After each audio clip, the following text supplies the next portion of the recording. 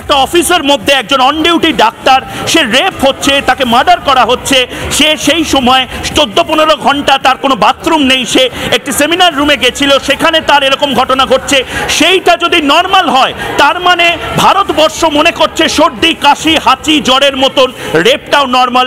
এভাবে অফিসে রেপ হওয়া যায়, এভাবে অফিসে খুন হওয়া যায়। এরপরেও যে মহিলা ডাক্তাররা রয়েছেন, এরপরেও যে মহিলা ডাক্তাররা কাজ করবেন, তারা এটা ভেবেই তার মানে কাজ করবেন যে আরজিকর হাসপাতালে এরপরে আবার যদি কোনো ডাক্তার সে রেপ এবং মার্ডার হয় তাহলে তাকে ঠিক এভাবেই বিচার করা হবে এবং যে অপরাধী তার ফাঁসিটুকু হবে না, তার ফাঁসি হবে তো নাই, তাকে যাবজ্জীবন দেওয়ার সময় এটা উল্লেখ করা হবে রেয়ারেস্ট অফ রেয়ার ক্রাইম নয়। অর্থাৎ খুব নর্মাল এই বিষয়টা।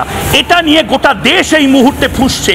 গোটা দেশ যেভাবে নিম্ন আদালত যেভাবে মস্করার জায়গায় এটাকে বলা হবে অভয়ার যুদ্ধ, অভয়ার জন্য লড়াই বনাম নিম্ন আদালতের মস্করা, ছেলে খেলা করার জন্য, লুডো খেলার জন্য বা হাসি মস্করা করার জন্য যেন আজকের এই গোটা দিনটা আমাদেরকে দেওয়া হয়েছিল।